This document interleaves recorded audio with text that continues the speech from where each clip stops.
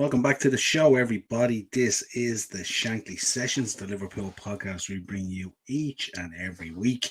This is your belated match reaction. It is Easter Sunday, so you'll have to forgive me. We had a few visitors over, so I was entertaining them while watching the game back and forth and stuff like that. So I wanted to go back and look at the game even in more detail before I did a match reaction. So I knew it would be a later one anyway. But people, what a game! What a game. First half.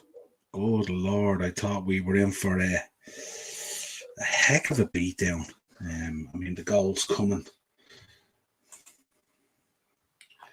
Where do we begin with this one? The goals coming.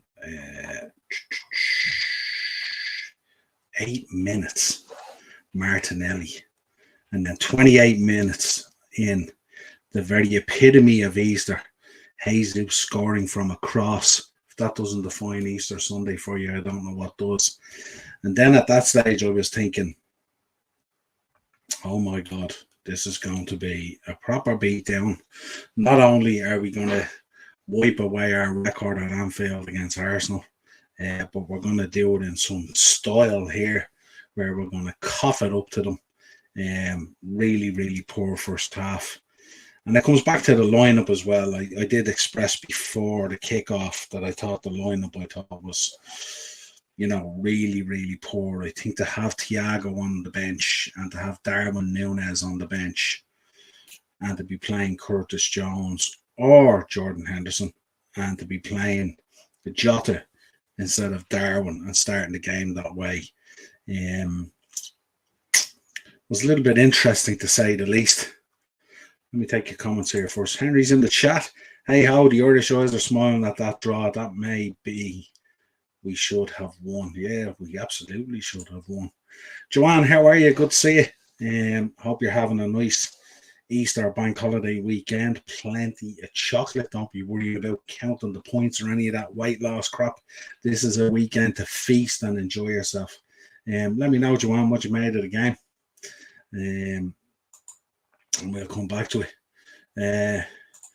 Big up, Stevie. Not a bother, pal. No hassle at all. No bother coming on into the chat and all that kind of stuff. As I said earlier to you, always good, pal. Joanne reckons Arsenal have chucked away their title now.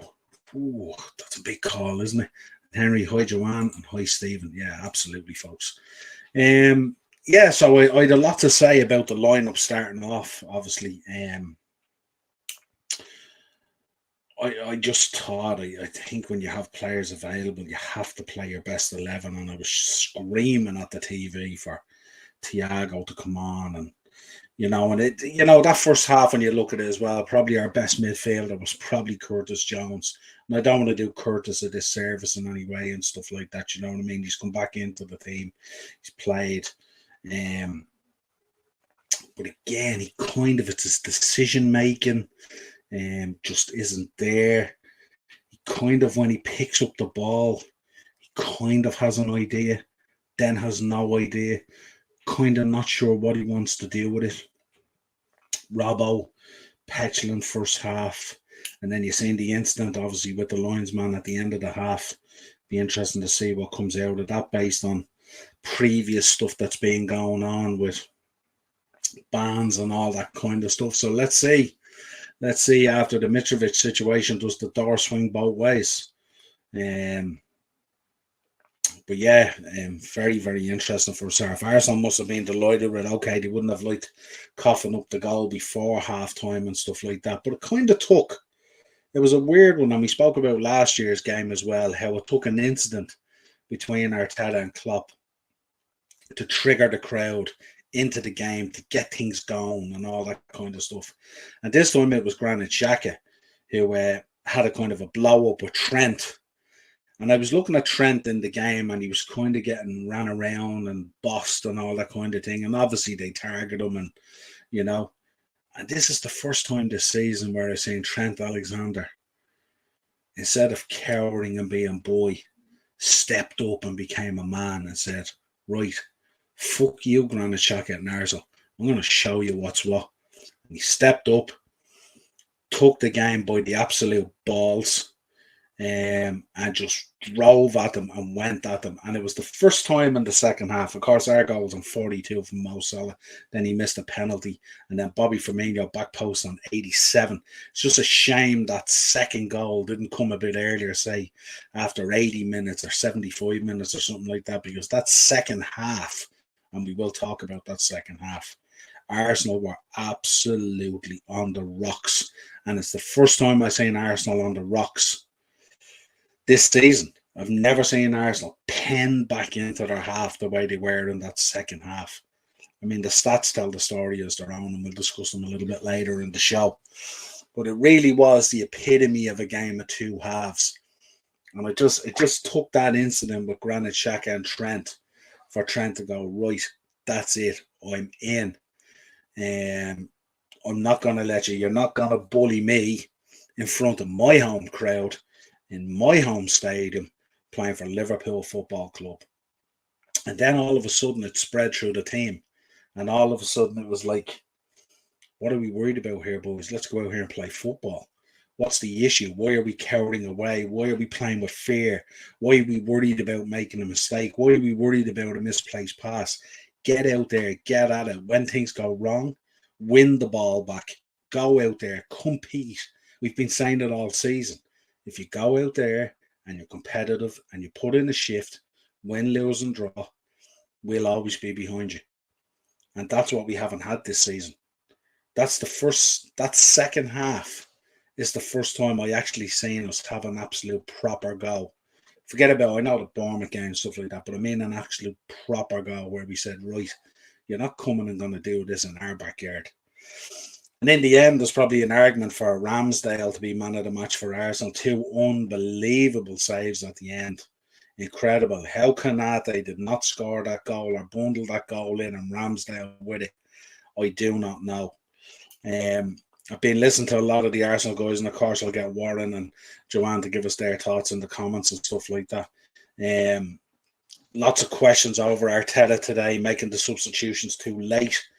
It needed change, it needed freshening up.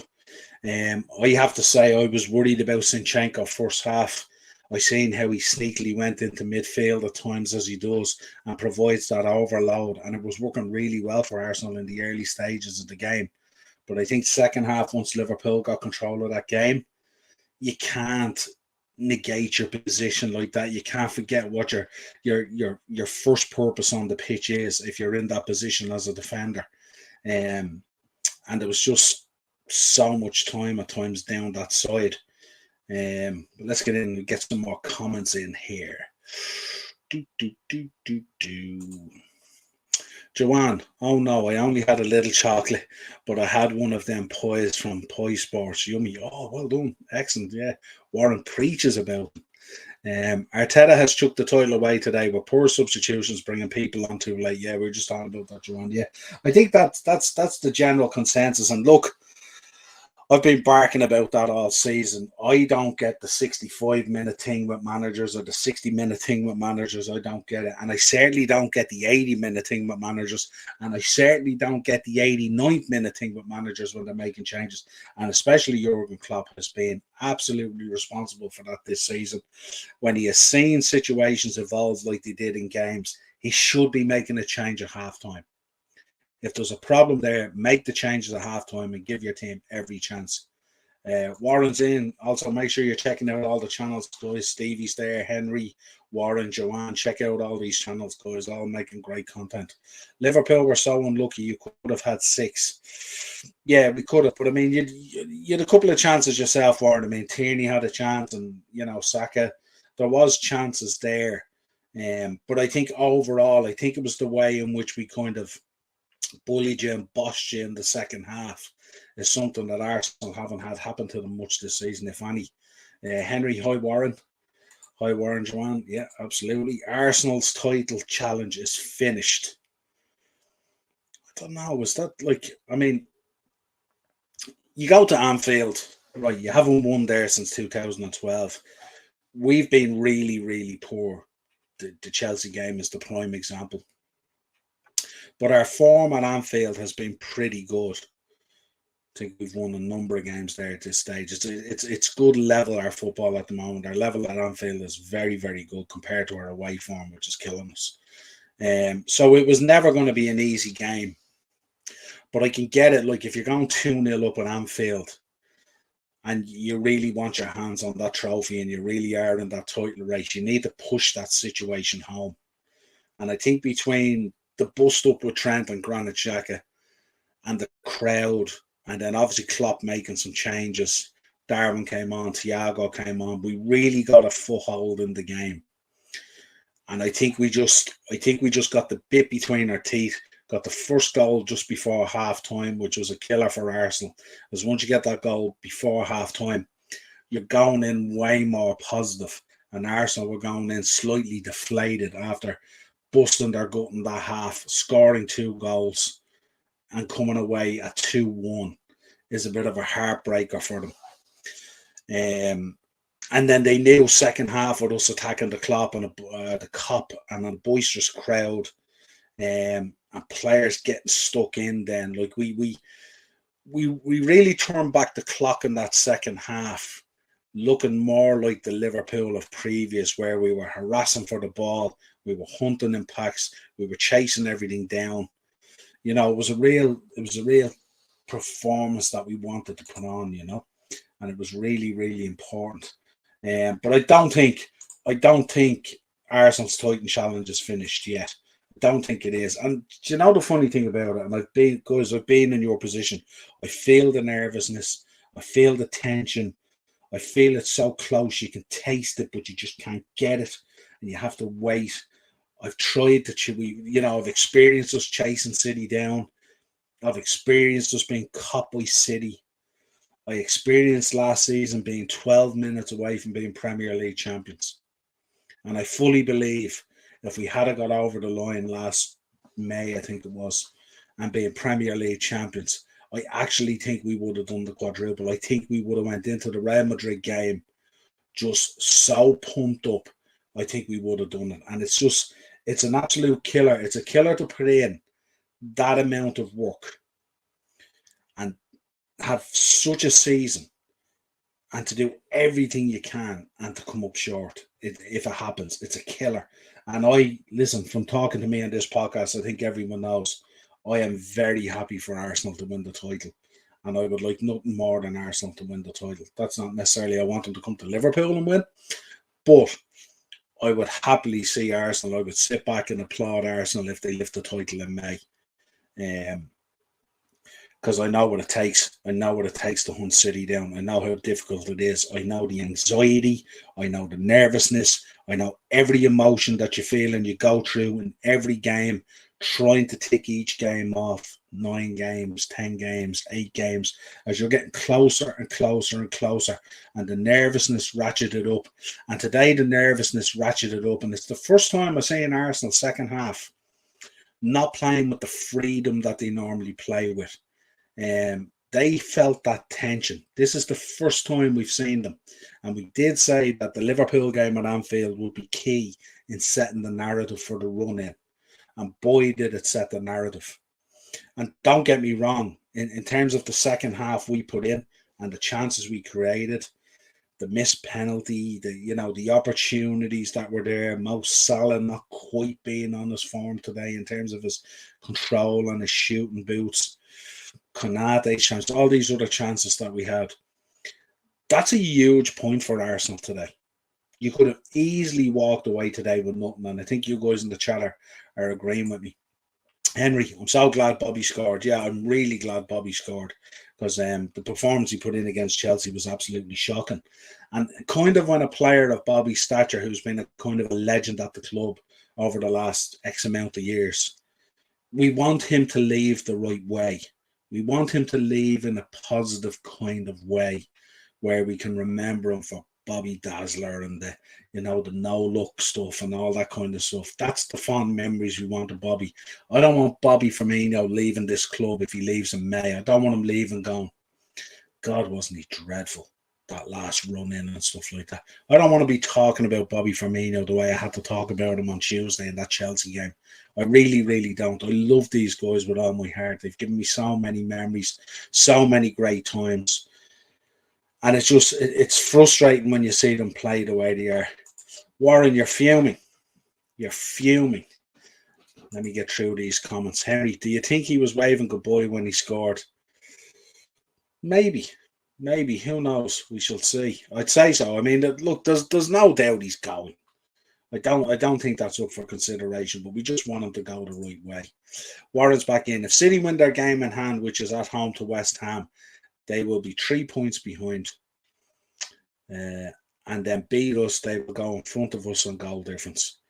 Yeah, well, look, let's not make any bones about the title race today. It's somewhat blown open with getting the draw, and City obviously banging in another 4-1 performance yesterday, which I don't think was ever in doubt. And I think the game against West Ham, I don't expect that to be any different either.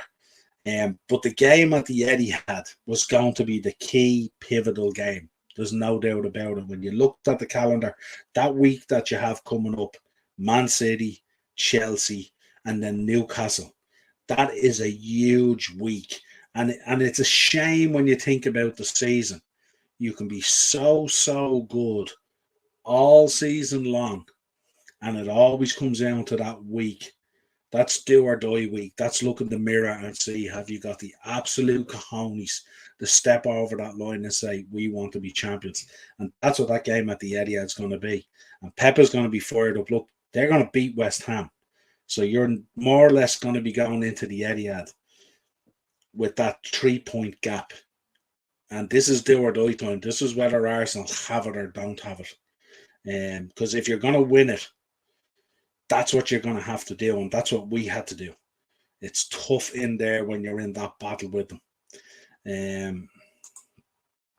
That is why I'm saying it is done. And Warren, I'm not disagreeing with you. You might be right. You could very well be right. I will be crying tears of joy if we win the title, but it's not happening. Just ratchet it up a bit, Warren, but try and believe, try and get that wave.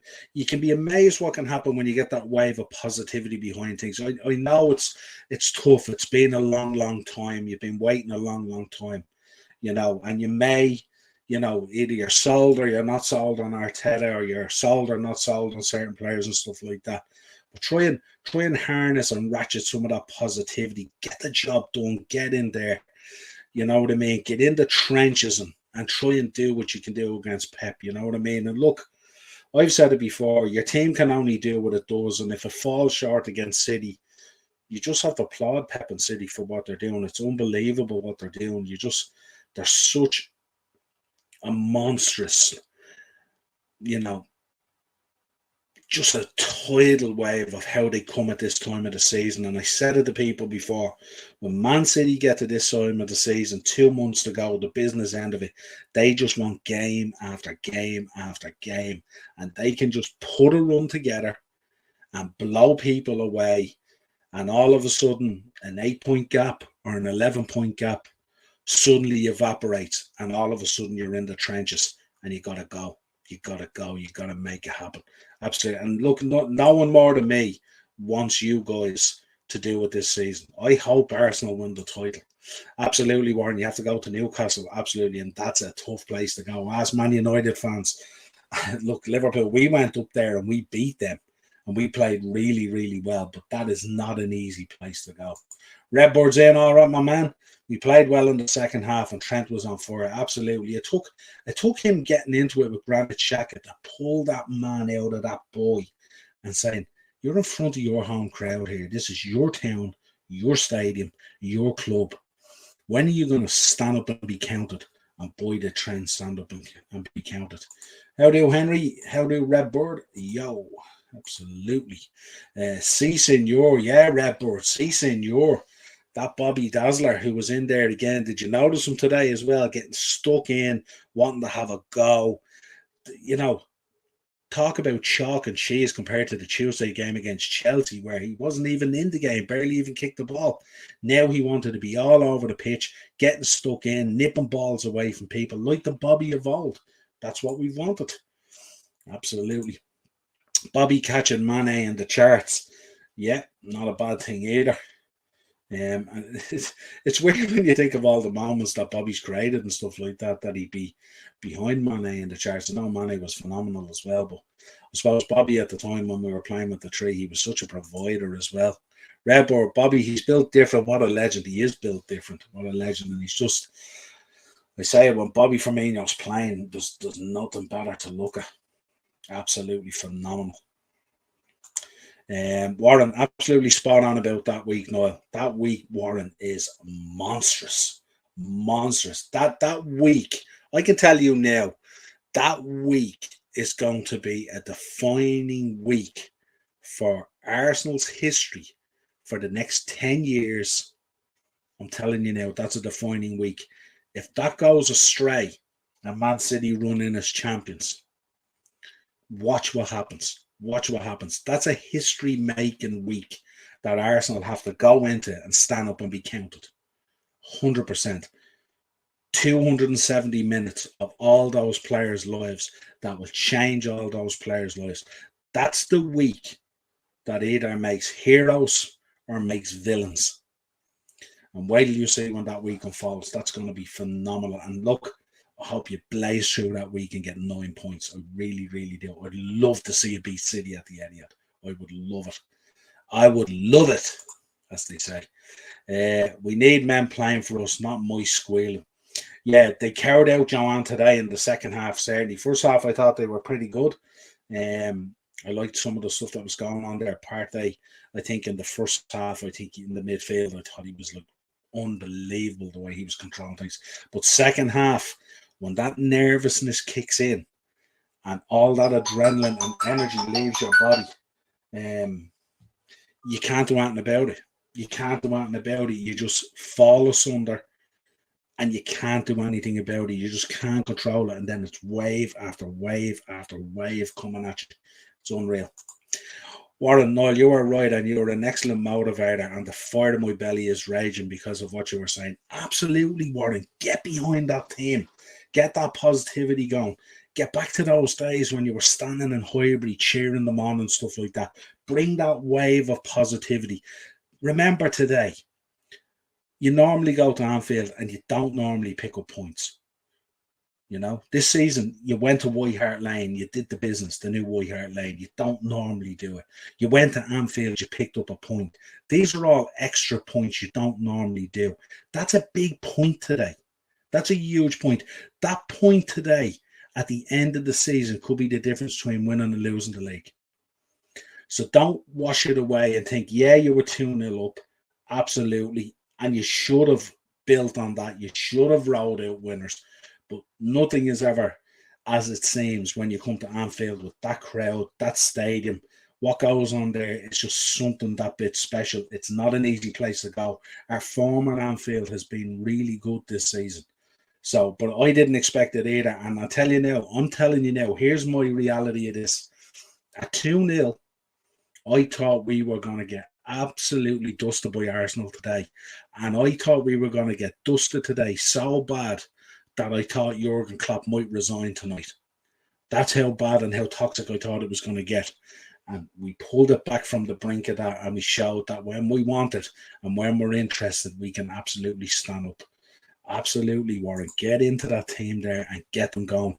Warren, the season's not over for Arsenal. As long as your players don't let their heads drop, they will be champions. They have no reason to let their heads drop today. Today's fixture is a fixture that Arsenal would normally not pick up points in. That's a huge point today. And with the wave that we threw at them and the volume of defending they had to do in that second half, and Ramsdale was sensational, and he should be. He's the goalkeeper. Don't ever forget that.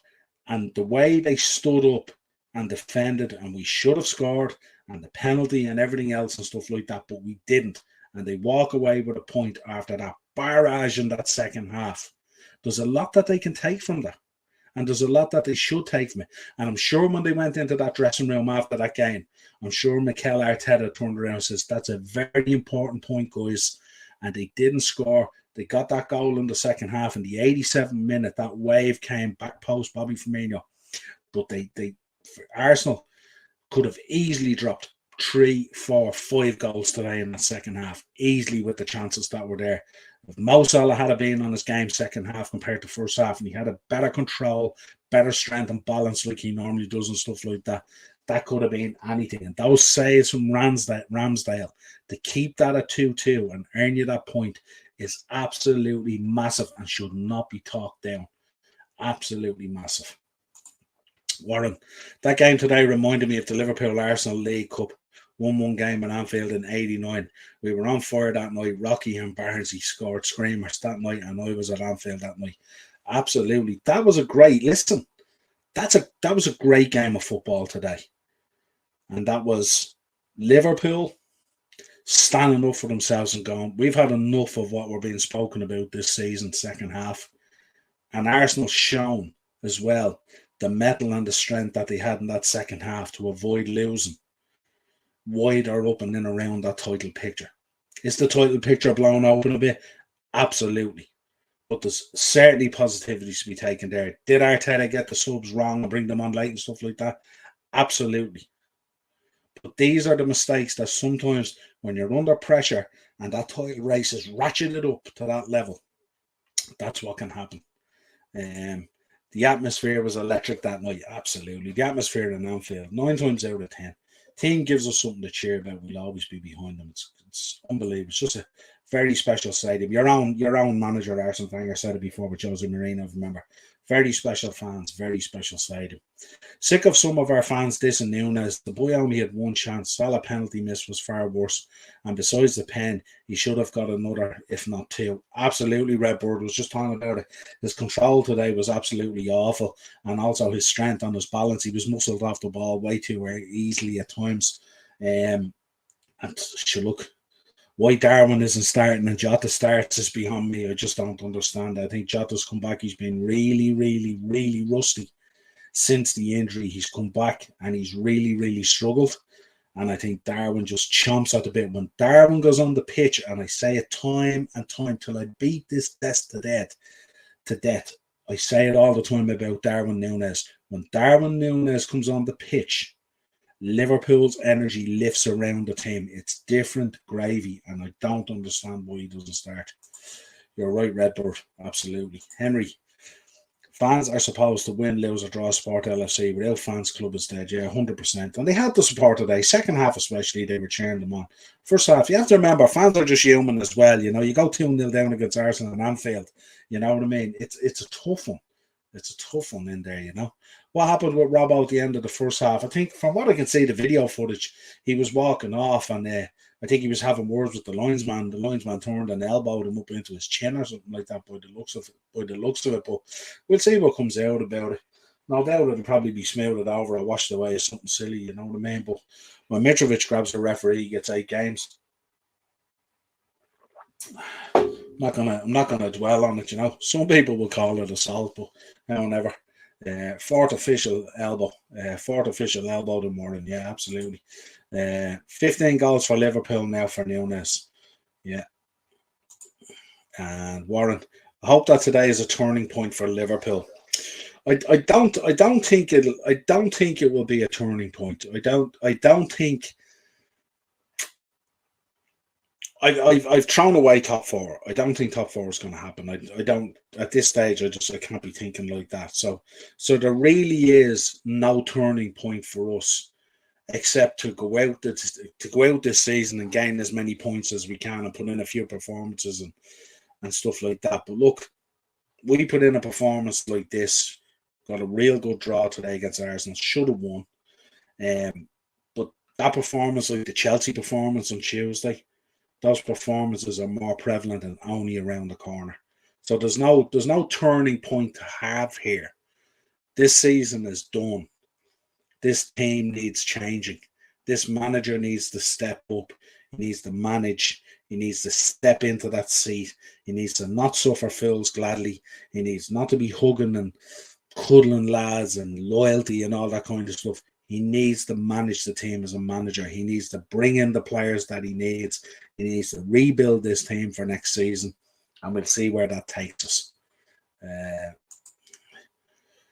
Salah 180. Yeah. Redboard, also Nunes would have had an assist if Konate put that one away, which he should have. Absolutely. If that was me, I'm bundling the ball and the goalkeeper in. I'm finding a way to get that ball over the line no matter what, even if it kills me and puts me in the back of the net. But one way or another, that ref's watch should have vibrated with that goal line technology. There's no doubt about it. Yes, and Henry, I agree. No, yeah.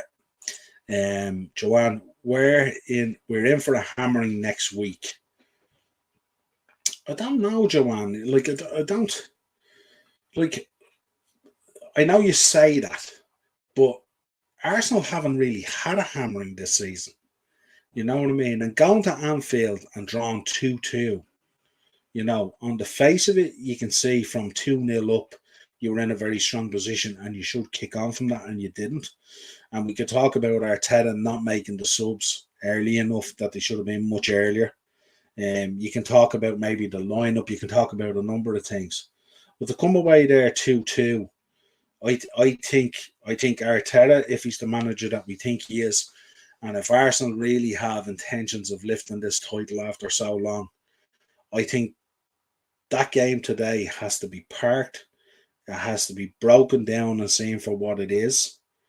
And it's up to Arteta then to lift those boys somewhat and motivate them to the point where it's, okay, we've seen what happened this second half. That's not what we can see happening. Because the fear against City, as Warren said, the fear against City, if you cough those chances up to City at the Etihad that you coughed up to us today, Haaland will put them away.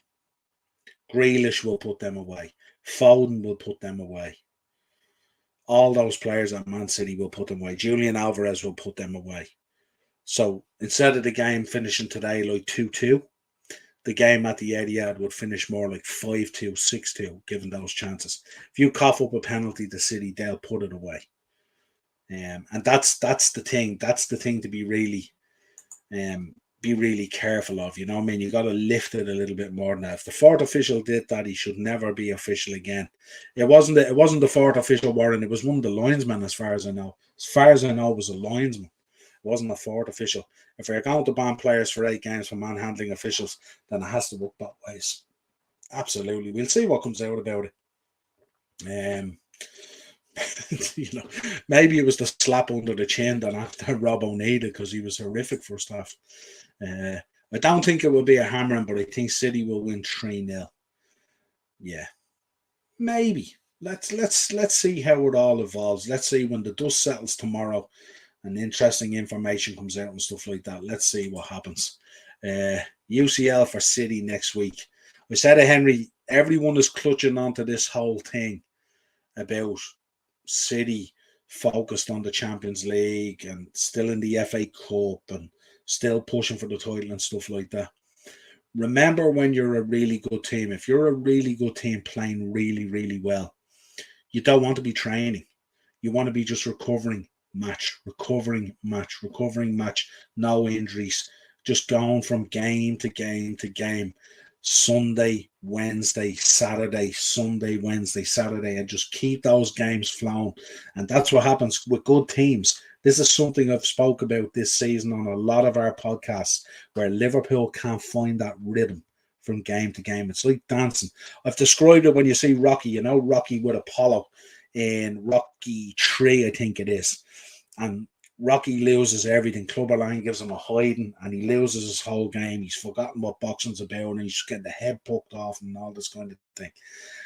And I remember Apollo took him under his wing and brought him out of his comfort zone, brought him to that gym on the other side of America, and he started showing him how to box and find his rhythm and retrain him and stuff like that. City in this part of the season find that rhythm. And it's back and forward, on the toes, Rock, on the toes, like a boxer. And they're just going out there, pumping teams, and they get this wave going. Now, they haven't had it a lot of the time in this season, but this is the time of the season for the last month or so until now. This is the time of the season where they find it. Look at Haaland yesterday. Look at Haaland's goal yesterday, that sort of overhead kick, bicycle type kick that he did. How does a guy of his size be that athletic? Like, when you look at big lumps that play up forward, you know, the likes of Niall Quinn or Weghorst at United and stuff like that. How does Erling Haaland be that athletic? They find that rhythm, and when things are going well for you and you're in and out, on the toes, Rock, on the toes. You've seen it in the movies, lads. City find that rhythm. It's game after game after game, and that's all they want. They don't want to be running sprints. They want to be doing cone work. They don't want to be working on set pieces. They want to be in recovery mode. When's the next game? Where are we going? What stadium are we in? What coach are we on? That's what they find. They find their rhythm. It was like us last year chasing the quad. Game after game after game, finding your rhythm. And that's what City do better than any other team at this time of the year. Arsenal are out of Europe. Yeah, absolutely, they're out of Europe. But look, they only have to focus on one thing, and their focus should be the next league game, the next league game, the next league game. That's all they should be looking at every single time, and I'm sure that's what Arteta has them doing. Redbird, Warren, the official did elbow Robbo clear as day. He shouldn't have been allowed to come back for a second half. Yeah, I don't know. Do they carry does there be spares at a game, Redbird? Let me know. Like obviously we have the two assistant refs or linesmen, as we call them, old school, the ref and the fourth official. Is there another one there on standby in case something happens? I presume there would be in case someone pulls a hamstring or something like that. But yeah, I don't know. What way does that work? Warren, the problem is City won't ease up. They will keep going. Absolutely. They are relentless. And you can see it even in Pep. And this comes from, like, when I talk about that City side being a great side, great players, all that kind of stuff, this stems from Pep. If you look at Pep Guardiola when he's on the sideline, even if City are 4-0 up, look at what Pep Guardiola does. He's forcing lads forward. I want more, more, more. Not only do I want you to beat these teams, I want you to embarrass them. He wants to beat teams 8, 9, 10-0. You ever see him when they're 4-0 up with 10 minutes to go and a player makes a mistake or misjudges a pass? Or the good example, Ederson. Ederson a couple of times this season when City are 4-0 up or something like that, makes a kick out or makes a bags of a kick out. And Pep Guardiola is up out of the sea, tearing into Ederson. Tearing into him. And that relentlessness that's in that team comes from Pep Guardiola. He wants more, more, more. He doesn't want to beat teams. He wants to embarrass teams. And that's where it comes from. Absolutely, Warren, they won't ease up. And you know something? You never forgive them if they did. So, that's the expectation. If you're going to win this title, you're going to win this title by being the absolute best team without any shadow of a doubt or a question. If you beat City to a league title, as good as they are and stuff like that, it's an exceptional league title and you've earned every bit of the honours that you've won. I don't buy into if we're not in Europe, we can't concentrate on the league talk. I don't buy into if we're not in Europe, we can concentrate on the league talk. Yeah, absolutely. That's the point I'm making, Redboard. I'd rather Liverpool had loads of games and less time to focus. Like if you look about us, our next game is next weekend. I think it's Leeds or something like that. I'm not too sure. I didn't look at the fixture. But like we have a whole week to think about that game. You know what I mean? I always want us to have game after game after game. When you played yourself or even in coaching, the lads always want to play. Even years ago when you played on smaller teams or amateur teams and you wanted, and what did you do? You went down training, you did your sprints, you did your runs, your warm-ups, all that stuff. You did your cone work, your ball play at your feet and all that kind of stuff. But what did the lads really go for? They wanted to go for the actual game at the end of training. That's the most exciting bit for those lads there. They want to play football. Spot on, Redboard. Henry, we don't play till next Monday. Time for Diaz to get fit. If Diaz isn't playing next Monday, good Lord, we have to ask questions, don't we? Surely to God, or at least be available as an absolute option to come on. If he isn't, good Lord, it'll be the longest comeback ever. Warren, last season Liverpool were 2 games from winning the quadruple, and don't forget, City went almost toe-to-toe with them. Absolutely. And look what Pep Guardiola says. If you take it back to the boxing analogy that I said to you with Rocky and stuff like that, Pep Guardiola, when he's interviewed, always turns around and says that Man City wouldn't have reached the heights that they reached unless Liverpool were there to push them as hard as they did. It's the same in any situation and any level of elite sport. You always have to have a dance partner there to push it to reach that higher level. And you look at the points totals that goes in now on this league and stuff like that. If you look at it over the last 4 or 5 years, look at what it's taken to win leagues and the points totals. Nearly 20 points, 15, 20 points higher than typically what it has in the past. The level now is so unique to the point where you can really, literally, if you look at Arsenal's season this season, how good they've done, stuff like that. And imagine they could lose the league on goal difference or lose the league by a point after putting in all that effort over the last 9-10 months. It's elite level. You hear it on League Gunners channel all the time. Elite level sport. Elite level sport is where elite level sports people step up. And that's how it can go for you. And it's a tough one. It's a tough one and not nice. But absolutely, Warren, spot on. Henry, I know. Mick Harford managed it, Niall. I know, yeah, absolutely. Absolutely. Officials stick by each other. Yeah, I mean, look, we've seen it this season. Look at the bullshit that came out from the PGMOL or whatever it is. Like even today, coming out and apologising to Brighton. You know what I mean? After yesterday, like fuck off. You know, stop. You're getting paid top whack to do a job. You have a computer there to assist you in doing a job, and you still can't get it fucking right. Fuck off. Straight up. Yeah, no, they do have at least one on standby, if not two. Yeah, I was kind of thinking that out loud, Redbird. I was thinking that'd be the case because many times we've seen lads making a run down the line to pull a hamstring, these assistants and stuff like that. Yeah, absolutely. My first ever game of Highbury was Arsenal 0, Liverpool 0 in 1972. And Jimmy Hill had to replace the injured linesman because there was no substitute official. And I think that game forced the FA to act. There's a bit of history now, Warren. 1972. That was a great year, Warren. Do you know what I want to tell you about 1972? That's the year I was born. 1972 is the year I was born. 51 years at the moment. 1972. It was a great year. It was a great year for content creators to be born. 1972. But that's a great story, Warren. That is a great story. Jimmy Hill had to replace the injured linesman. That's phenomenal. God, imagine if that was today. To introduce substitute officials. Yeah. In case one of them, the ref should have went over and he should have red carded the linesman. Imagine that. You're off. And imagine there was no linesman down one side. God, that'd be some crack, wasn't it? How mad we get at times when we're doing this content. Gotta go. Bye, folks. Catch you next time. Absolutely, Redbird. Thanks for dropping in. Really, really appreciate it. Always fun. Great to have you on there, man. And Henry, absolutely, Redbird. Yeah, what else do we want to talk about the game? I mean, it's certainly making this is as bad as Liverpool have been, and look, it's been tough for me as a content creator as well, but this is shaping up to be a really exciting season in terms of the title race, the European spots, and that relegation battle is as tasty as hell.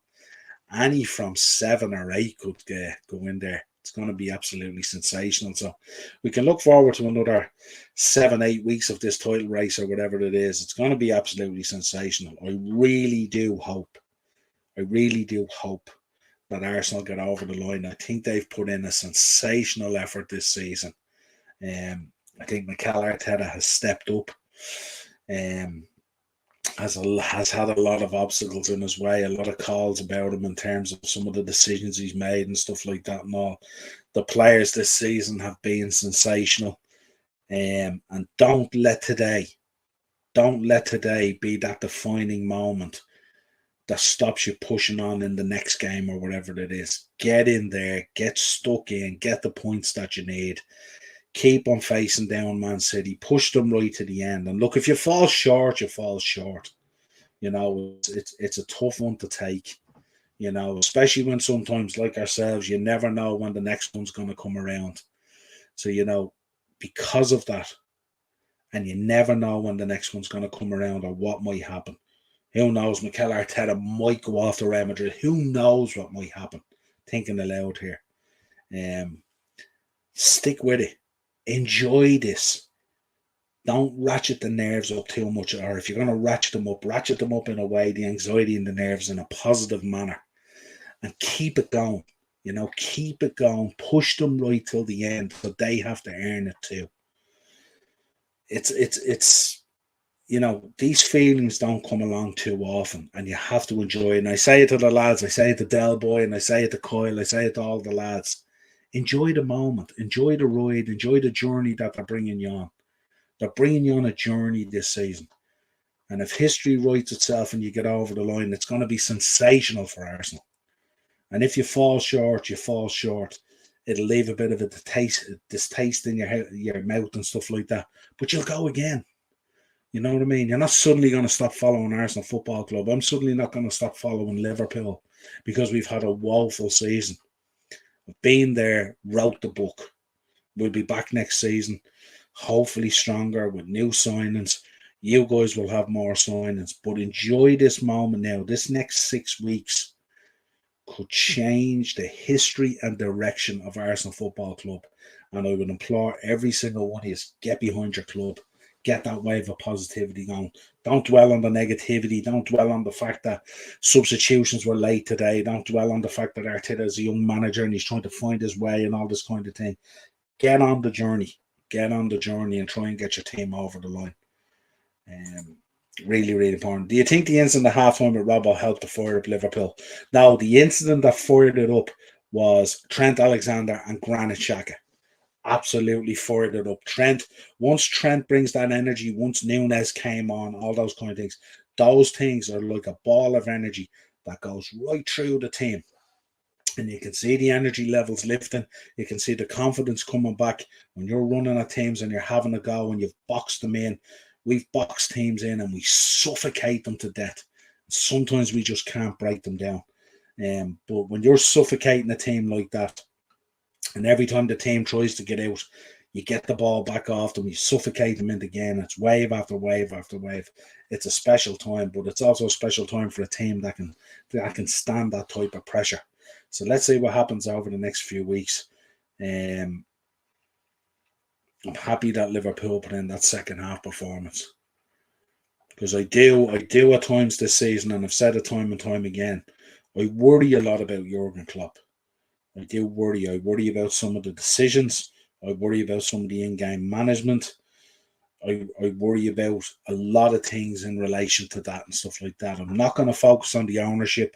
We know all the shit with FSG. It's not going to go away anytime soon. Let's see if this investment comes in and what happens. Let's see if we can get Jude Bellingham over the line on a couple of other signings. And let's see, can we go again? Players will move out and move on, and good luck to them. And thanks for the service or whatever service you gave us. Let's make a decision on younger players. Let's see, can we get Curtis Jones to do what he should be doing? If it's going to work, let's see. If players want to move on, let's see. Liverpool will always be Liverpool. And we'll see how the rest of the season pans out. But I'm happy with the performance that was put in the second half. I'm glad that we came back in a fighting manner after being 2-0 down. We could have crumbled and have done this season. And it's nice to see that the lads still have a bit of pride and a bit of bite in them to come back. And we'll leave it at that. Till next time, folks, like on the video, subscribe to the channel, and subscribe to all the channels in the chat. They're all doing a stellar job. Make sure you hit them all up. Warren's Team Talk and all those channels that are in there. It's a draw. It's a point. Doesn't propel us into anything in relation to top 4. But certainly it has blown the title race somewhat open. So let's see if Mikel Arteta and Arsenal have the cojones to stand up now, come back from that situation, and push on again in the league and get the points that they need to get over the line. Or will Man City, as they've so often done, reel you in like a fish on a hook and just hedge it off at the pass in the last couple of weeks? Let's see what happens. We're in for a sensational end to the Premier League season, folks. So as always, stay tuned to the content that we're dropping. I will be back tomorrow night, Bank Holiday Monday, with the Monday mashup. We will be reviewing all this, pulling the bones of the weekend apart. As far as I know, Dazzler's joining me tomorrow night. He's available as well because he's not working because it's the Bank Holiday. So it should be an entertaining show. Details will go out in the morning about the show, but join us tomorrow night. Might go a little bit early, might go 8 o'clock and see what it goes. But join us for that, and we're going to break down the whole weekend, and we'll be asking the questions again. Has anything changed in terms of the relegation, the European spots, and of course the title race? Folks, thanks for tuning in.